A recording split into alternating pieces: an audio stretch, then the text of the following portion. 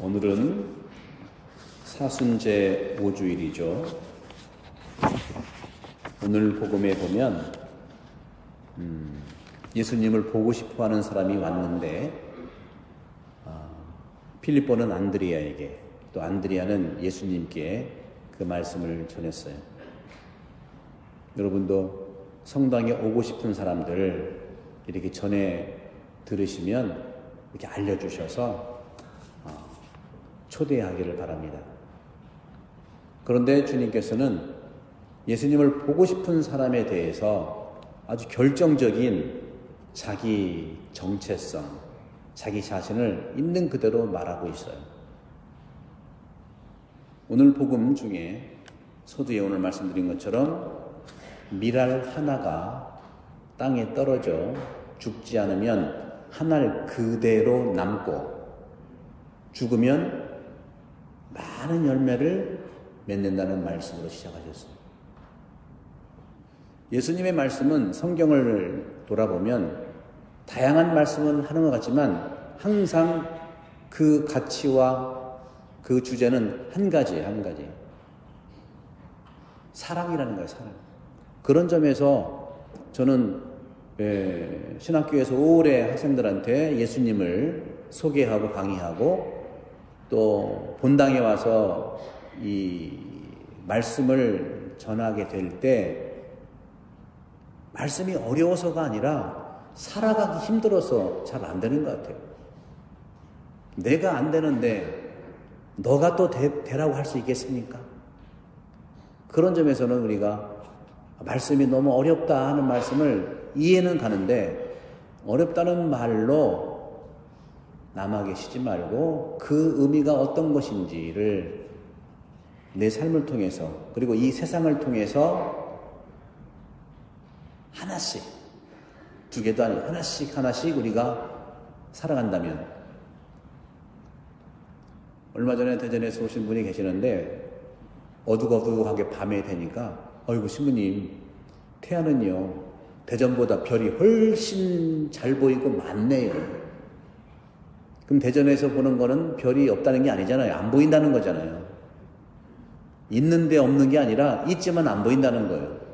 똑같은 거죠.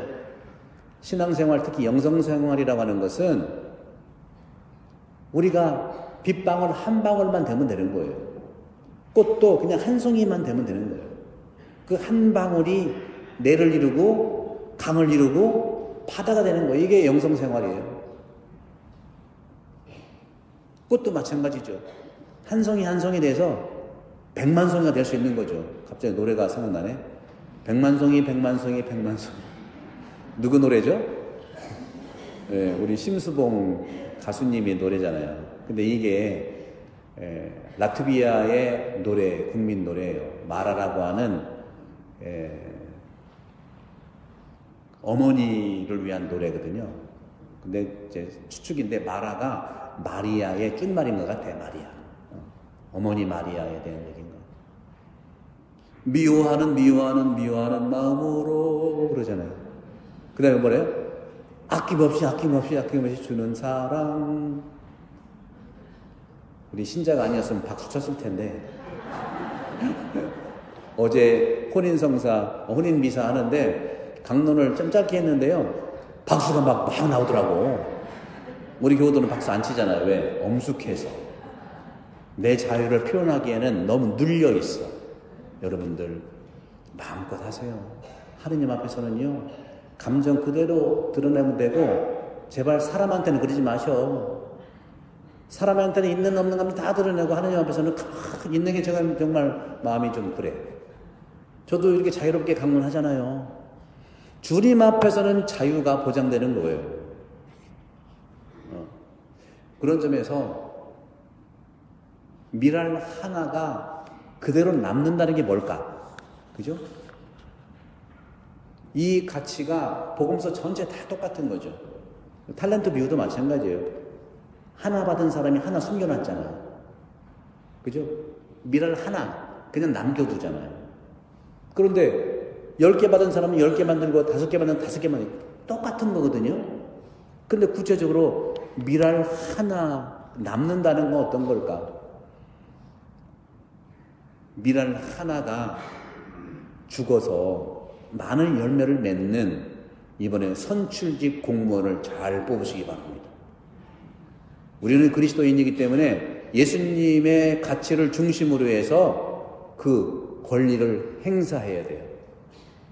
물론 내가 아는 사람, 또 친척, 인척, 학연 참고는 하셔야죠. 우리가 같이 섞여 사는데 그거는 인간적인 기준이고, 믿는 이로서는 오늘 주님께서 말씀하시는 밀알 하나가 썩어 죽어서 많은 열매를 맺겠다 하는 그 사람을 선출 공무원으로 뽑아야 되잖아요. 여러분들, 선출 공무원이에요. 여러분들, 선출 공무원은 백성을 섬기는 사람을 뽑아야 되는 거예요. 함부로 가르치거나 함부로 우리를 섬기지 않는 사람은 안 된다는 말씀을 저는 이 복음 말씀을 통해서 드리고 싶은 거예요. 그러니까 기본적으로 우리 신앙생활 안에서 밀알 하나가 그대로 남는다고 하는 것은 자기 중심으로 사는 걸 얘기해요. 또 하나님이 너무 무섭던지 자롭지 않고, 하나님은 무섭고 세상은 얕잡아 보는 거고, 세상을 만든 하나님인데 세상도 소중하게 생각해야 되잖아요. 내가 소중한 것처럼 바로 옆에 있는 사람도 소중해야 되잖아요. 그런 거죠. 그래서 밀알 하나를 그대로 남겨둔다는 것은 자기 중심으로 산다는 것이고, 타인의, 특별히 타인의 고통에 무관심하는 거예요. 저는 오늘도 성사를 드리면서 곧 쓰러지게 될 수 있는 우리 할머니분들이 많이 고해소에 들어오세요. 그래서 저는 속으로 저 할머니가 무슨 죄를 졌길래 고해소에 들어올까? 고해소 들어오는 것이 고해겠네. 그래서 이제 쭉 보면은 너무 이제 우리가 차가에 차를 타고 오셨거든요. 성당에만 오실 수 있다면 하나님의 축복이죠. 그런데 안전하게 우리가 해 나가야 되잖아요. 고통 속에서도 성당에 나오겠다는 그 고통이 밀알 하나를 썩히게 하는 겁니다, 여러분들. 건강해서 오는 거는 감사할 일이지만 고통 속에서도 아픔에도 불구하고 성당을 찾아오는 그 마음이, 그 고통이 십자가랑 똑같은 거예요. 저는 안쓰러운 거죠. 또 우리는 인생을 살면서 세상에 좋은 인맥들을 많이 만들잖아요. 그죠? 괜찮아요. 좋아요. 그런데 그 좋은 인맥을 만들듯이 밀알 하나를 썩는, 밀알 하나가 죽어서 많은 열매를 맺을 수 있는 그런 인맥을 좀 만나자. 이웃을 도와줄 수 있는 그런 그룹, 그게 바로 교회잖아요. 그런 점에서 밀알 하나가 땅에 떨어져 썩어서 죽어서 많은 열매를 맺는다고 하는 것은, 생명이라고 하는 것은 죽음으로부터 시작한다는 이런 역설의 신비를 오늘 주님이 말씀하시는 것이고, 그 역설의 신비의 밀알 하나, 썩는 밀알 하나는 바로 십자가를 말합니다. 요한복음은요, 특히 표징의 복음인데 이 표징은 요한복음에 가득 차 있어요. 나는 물이요, 나는 빛이요, 나는 문이요, 나는 목자요, 난 포도나무요. 엄청나게 말하지만 오늘은 나는 썩는 밀알이요 하는 거예요. 예수님이야말로 썩는 밀알로 자기 얘기하는 거예요. 그러니까 나를 보고 싶으면 그렇게 하라, 그거예요. 보고 싶기만 하고 외적으로 보고 싶기만 하고 그 사람의 삶의 가치를 안 보고 싶은 것, 이것이 그냥 남는 거죠. 역설의 신비, 십자가. 그 밀알 하나가 썩어서 땅에 묻혀서 죽는 그것이 십자가의 현장입니다. 이런 십자가 현장이 많을수록 생명은 더욱더 거듭난다는 것이죠. 새 생명으로 가는 파스카를 얘기하는데, 말씀드린 것처럼 그렇게 사는 게 녹록지 않잖아요. 또 그리고 여러분들은 그렇게 살아보셨고요. 너무 어렵잖아요. 그래서 성당 나오는 것이 어렵잖아요. 아픈 분들은 어떻게 해서든지 성당에 나오려고 이렇게 오시는데, 코로나로 인해 가지고 습관적으로 성당 안 나오다 보니까 그게 편해서 또 안 나오는 분도 계시잖아요. 그분들을 위해서 우리가 기도할 수 있으면 좋겠어요. 그리고 이것이 사실은 깨어있는 신앙인의 삶이다. 습관적으로만 나오는 것이 아니라 깨어있는 신앙의 삶, 여기에서 힘을 얻어서 우리는 행동하는 신앙인, 사랑하는 신앙인, 그것을 말씀드리는 것이죠. 오늘 예수님께서는요, 밀알 하나가 땅에 떨어져 죽는, 즉 십자가를 짓는다는 거, 외적으로 보면 굉장히 어리석어 보여요. 그 성당 다니는 자체가 어리석어 보일 수 있어요. 믿지 않는 사람들은요. 왜요? 예수님은 십자가 지기 전에 갈릴레아에서 얼마나 기가 막히게 잘 나갔습니까? 병자 고치죠. 무리를 걸어 다니시죠. 사람을 눈을 뜨게 하죠. 절름발이 일어나게 하죠. 이런 모든 기적, 치유, 영적인 힘이 가득했는데 예수님은 십자가를 지기 위해서 그런 영적인 힘을 다 포기하는 거예요. 그러니까 어렵잖아요. 우리가 예수님처럼 어떻게 살 수가 있겠어요? 하지만 오늘 주님의 말씀의 핵심은 밀알 하나가 땅에 썩는 그 힘은 하느님으로부터 온다는 거예요. 그것이 오늘 제1독서, 오늘 복음의 말미에 나오잖아요. 하느님이라는 거죠. 이제 세상의 우두머리가 밖으로 쫓겨날 것이다. 그러면서 나는 영광스럽게, 예수님이 한다는 말씀에 나는 이미 영광스럽게 됐다. 오늘 제1독서에서 하느님의 모습은요,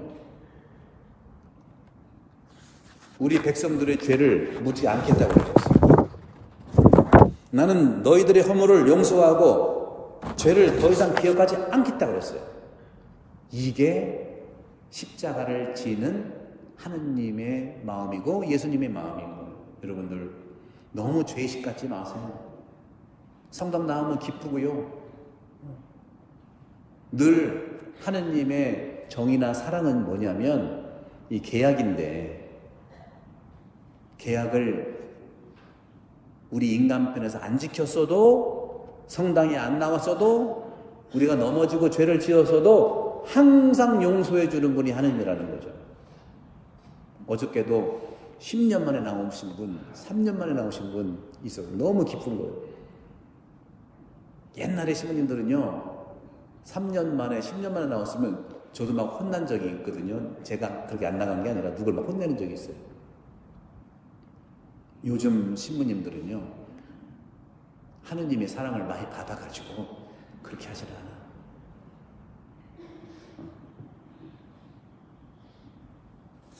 우리는 이러한 예수님의 엄청난 당신의 물리적 힘을 포기하고 죽음에서 생명을 가져온다는 하느님을 예수님은 믿었기 때문에 가능한 겁니다. 인간적인, 난 어렵다 너무 인간적인 거예요. 이해하지만 예수님이 한 것은 예수님이 잘나서 한 게 아니라 하느님께서는 죽음에서 생명을 가져온다는 것이 구약 전체의 얘기거든요. 구약 전체 얘기를 믿었기 때문에 예수님께서는 그 삶을 사시고 십자가를 과감히 져서 열매 맺는 부활의 선물을 우리들에게 주신 거다. 요한복음은 표징의 복음이라고 했죠. 수많은 표징들이 있지만 그 표징 중에 표징이 십자가인데, 십자가가 뭐냐? 여러분들 천주교 신자의 표시가 성호경 얼마나 자주 죽어요? 하루에도 얼마나 봅니까? 그것만 기억하시면 돼요. 이 표징 중에 표징인 십자가는 겉으로는 실패 같지만 그 고통을 통해서 많은 열매를 맺는다, 성공한다고요. 승리한다 그겁니다. 어떤 승리? 죄로부터 승리, 죽음으로부터 승리, 미움으로부터 승리, 억울함으로부터 승리. 우리 나라는 수천 년 내려온 이러한 가치들을 존중해 왔고요. 오늘날에는 그것이, 옛날에는 왕정이었고 오늘날은 우리가 왕이잖아요. 백성 한 사람 한 사람이 왕인 거예요. 주권을 확실하게 권리를 행사를 하는 건데, 그 기준이 예수님의 가치를 기준으로 해서 여러분들 행사를 잘 하시기 바라요. 백성을 섬기는 선출직 공무원, 임명직도 아니에요. 그렇죠? 임명직은 더 해야 돼. 임명직 공무원은요, 잘못할 때 백성이 일어나야 되는 거예요. 이건 딴 것이 아닙니다. 우리가 왕이기 때문에 그래요. 각자가 왕이에요. 왕 무서운 줄 알고 섬겨야죠. 하느님은 왕이시지만 백성을 섬겼잖아요. 예수님도 그리스도 왕이고 아들이 나고 왕자면서 백성을 섬겼잖아요. 그렇게 섬기는 예수님, 하느님을 만나니까 우리도 그런 삶에서 그 권리를 나를 위해서뿐만 아니라 세상 전체를 위해서 한다면 정말 건강하고 백성 무서운 줄 알고 백성 섬기는 그런 선질 공무원이 되기를 저는 정치 얘기하는 게 아니라 하느님의 관점에서, 예수님 관점에서 말씀드리는 겁니다. 오늘 우리 모두 십자가를 기꺼이 주신 예수님 같은 분을 뽑아요. 이름이 예수가 있으면 좋겠는데, 오늘 또 선발 예식이 좀 있고, 선발 예식이 아니라 이제 우리 이제 세례를 곧 얼마 안 남았기 때문에 우리 예식을 통해서 사순식이 마무리 잘 하도록